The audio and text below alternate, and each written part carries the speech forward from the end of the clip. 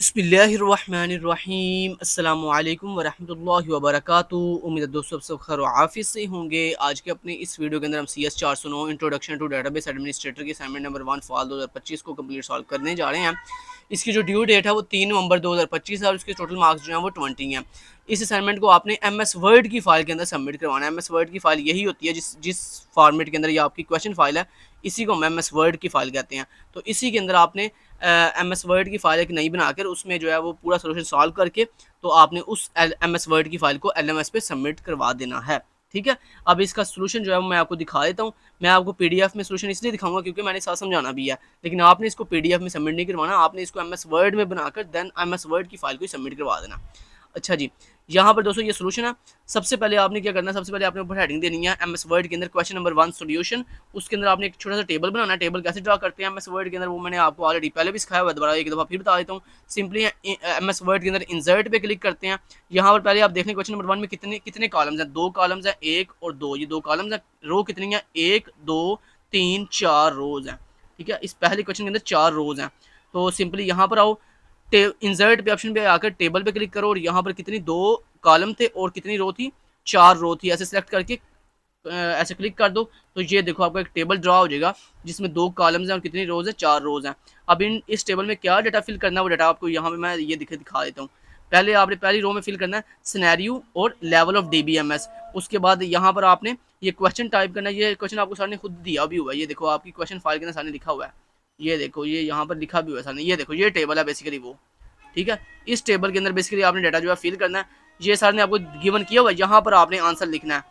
ठीक है, यहाँ पर आंसर आपने क्या लिखना है, सर ने आपको क्या, आपके पास 3 तरह के लेवल्स हैं, कंसेप्चुअल लेवल, इंटरनल लेवल और एक्सटर्नल लेवल। आपने एक क्वेश्चन पढ़ना है और इसके अकॉर्डिंग यहाँ पर बताना है इस बॉक्स के अंदर कि ये कौन सा लेवल है, एक्सटर्नल लेवल है, कंसेप्चुअल लेवल है या इंटरनल लेवल है। ठीक है, इस तरह क्वेश्चन नंबर 2 है, उसमें भी आपने एक टेबल है, उस टेबल के अंदर आपके पास 5 जो हैं वो क्या है, सिनेरियोज हैं। उन 5 सिनेरियोज के आगे आपने यहाँ पर उसकी की बतानी है कि यहाँ पर ये जो क्वेश्चन आपको गिवन है, सिनेरियो गिवन है, इसके अकॉर्डिंग ये कौन सी की है, प्राइमरी की है, कंपोजिट की है या सुपर की है, कौन सी की है। तो यहाँ पर आपने ये बताना है। चलिए अब सोल्यूशन की तरफ बढ़ते हैं, बड़ा हो गया डिटेल। यहाँ पर दोस्तों क्वेश्चन नंबर 1 के अंदर सबसे पहला जो सिनेरियो है वो है जी, university database administrator defines how student record, यानी बेसिकली वो ये कहना चाह रहे हैं कि ये इस सिनेरियो के अंदर बेसिकली क्या हो रहा है कि ना एक डेटाबेस का एडमिनिस्ट्रेटर है, वो बेसिकली ये डिफाइन कर रहा है कि स्टूडेंट का रिकॉर्ड कहाँ स्टोर करना है, कोर्सेज का रिकॉर्ड कहाँ स्टोर करना है, रिकॉर्ड ग्रेड का रिकॉर्ड कहाँ स्टोर करना है, यानी उसके तमाम की तमाम डेटाबेस डिफाइन कर रहा है, उसके अंदर डाटा टाइप्स डिफाइन कर रहा है, रिलेशनशिप डिफाइन कर रहा है। तो दोस्तों जो जब आपका डेटाबेस एडमिनिस्ट्रेटर इस तरह से आपके टेबल्स डिफाइन कर रहा हो, डाटा टाइप्स डिफाइन कर रहा हो, रिलेशनशिप डिफाइन कर रहा हो, तो वो बेसिकली कंसेप्चुअल लेवल होता है। वो कौन सा लेवल होता है, कंसेप्चुअल लेवल, या इसको हम जो है ना लॉजिकल लेवल भी कहते हैं, जिसमें हम जो है क्या कर रहे होते हैं, चीज़ों को डिफाइन कर रहे होते हैं कि हमने कौन कौन सी चीज़ें डेटाबेस में बनानी है। ठीक हो गया जी। अच्छा, उसके बाद नेक्स्ट चलते हैं। ये आपके पहले सिनेरियो, क्वेश्चन नंबर 1 के पहले सिनेरियो का ये आंसर था, कंसेप्चुअल लेवल।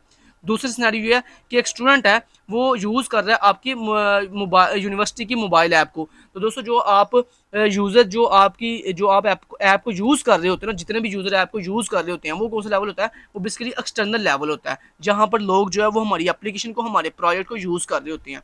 तो इसका सही आंसर है एक्सटर्नल लेवल। उसके बाद तीसरा सिनेरियो है, उसमें बेसिकली डेटाबेस जो इंजीनियर्स है ना, वो बेसिकली डेटाबेस तो बन गई है लेकिन उसके अंदर सेटिंग कर रहे हैं। तो जब भी दोस्तों आप डेटाबेस के अंदर जाके सेटिंग कर रहे होते हो, कितनी आपकी disk store physical stored on the disk कितनी होनी चाहिए, उसमें इंक्लूड फाइल स्ट्रक्चर कौन सा होना चाहिए, तो ये जो चीज़ें होती हैं जो आप सेटिंग में जाके डेटाबेस बनाने के बाद उसकी सेटिंग में कर रहे होते हो, तो इसको हम कहते हैं इंटरनल लेवल, जो कि डेटाबेस के अंदर वाला पार्ट होता है जिसमें हम सेटिंग कर रहे होते हैं, तो उसको हम इंटरनल लेवल कहते हैं। ठीक है जी, तो ये क्वेश्चन नंबर 1 का सोल्यूशन आपको मैंने दिखा दिया, बता भी दिया, समझा भी दिया। नेक्स्ट चलते हैं क्वेश्चन नंबर 2 की तरफ। क्वेश्चन नंबर 2 के अंदर जो पहला सिनेरियो था उसके अंदर बेसिकली सर बोल रहे हैं कि आपके पास एक एम्प्लॉय टेबल है, उसके अंदर एम्प्लॉय आईडी और अगर ईमेल, इन दोनों को मिला दिया जाए तो कौन सी की होगी। तो दोस्तों वो की होती है सुपर की। सुपर की एक ऐसी की होती है जिसके अंदर आप एक कॉलम या मल्टीपल कॉलम्स को मिलाकर जो है एक की बनाते हो, उसको हम सुपर की कहते हैं। और याद रहे सुपर की के अंदर जितने भी कॉलम्स होते हैं वो सारे यूनिकली आइडेंटिफाई होते हैं। मतलब जैसे ये देखो, एम्प्लॉय आईडी ये भी यूनिक होती है, ईमेल ये भी यूनिक होती है। तो जब आप इन दोनों को मिला दोगे तो ये बन जाएगी सुपर की। अच्छा, सुपर की में लाजमी नहीं दोस्तों मल्टीपल कीज ही हों, मतलब मल्टीपल कॉलम हो, एक सिंगल कॉलम भी सुपर की बन सकता है। उसके बाद नेक्स्ट दोस्तों अगला सिनेरियो है, तो पहला सिनेरियो का आंसर था सुपर की। दूसरा सिनेरियो इसमें बेसिकली हमें ये बताया जा रहा है कि आपके पास एक स्टूडेंट टेबल है, उसके अंदर रोल नंबर वाला कॉलम और CNSE वाला कॉलम, ये क्या डिफाइन, अगर ये यूनिकली आइडेंटिफाई हो तो ये किस की को रिप्रेजेंट कर रहे होते हैं। तो दोस्तों बेसिकली ये कैंडिडेट की को रिप्रेजेंट कर रहे होते हैं, यानी आपकी जो यूनिक कीज होती है ना, सॉरी यूनिक जो कॉलम्स होती हैं वो बेसिकली कैंडिडेट की होती है। कैंडिडेट की बेसिकली वो होती है जो प्राइमरी की बनने के काबिल होती है। तो इस दूसरे सिनेरियो का जो आंसर था वो कैंडिडेट की है। तीसरा सिनेरियो है कि आपके कस्टमर टेबल के अंदर एक कस्टमर आईडी है, वो क्या है तो दोस्तों कस्टमर आईडी जो कि एक यूनिकली आइडेंटिफाई होती है और ये कभी भी नल नहीं होती है। तो कस्टमर जो हमारे पास किसी भी टेबल की जो मेन कॉलम होता है ना वो बेसिकली उसकी प्राइमरी की होती है। तो इससे सही आंसर था कि यहाँ पे कस्टमर टेबल के अंदर कस्टमर आईडी जो है वो प्राइमरी की है।